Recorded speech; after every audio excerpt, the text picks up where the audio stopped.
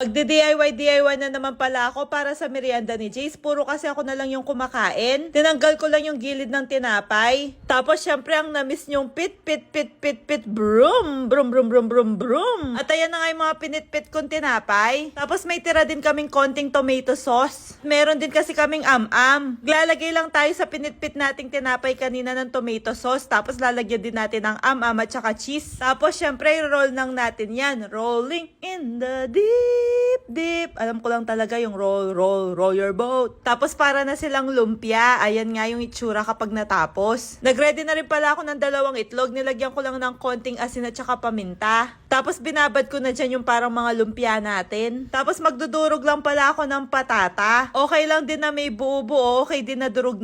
Bahala ka kung anong gusto mo. Buhay mo yan. Matanda ka na. Alam mo na yung tama at mali. Nina, nagkutsara pa ako. Tapos nahirapan ako. Kaya yan kinamay ko na. Tapos kulang pala yung isang patata. Buti na lang meron kaming skyflakes. So yung skyflakes na lang yung ginamit ko. Alam nyo ba kung itatanong nyo, kung hindi nyo man itatanong, sasabihin ko pa rin. Kapag gumagawa ako ng merienda ni Jace, gustong gusto niya. Tapos nagpainit na pala ako ng mantika. At syempre ilalagay na natin yung mga ginawa natin para mapirito sila. Dali lang silang madulok kaya ibiling mo kagad. Mga Marikoy, pwede din pala na yung am-am kanina, ipirito mo muna bago mo siya i-roll. Basta tulad ng sabi ko, bahala ka, kaya mo na yan, matanda ka na. Tapos bukod pa sa tomato sauce, gagawa tayo ng ibang sauce. Ayan, nagtunaw lang ako ng butter dito sa kawali. Kapag tunaw na yung butter, ilalagay natin yung cheese. Tapos konting Nestle cream at saka konting gatas. Mix lang natin hanggang sa medyo lumapot. Kapag malapot na, okay na yan, wala naman siyang sakit. At habang tulog pa si Jace, ako na muna yung kumain kasi medyo natakam ako mga Marikoy. Kaya mapapakanta ka talaga ng yummy.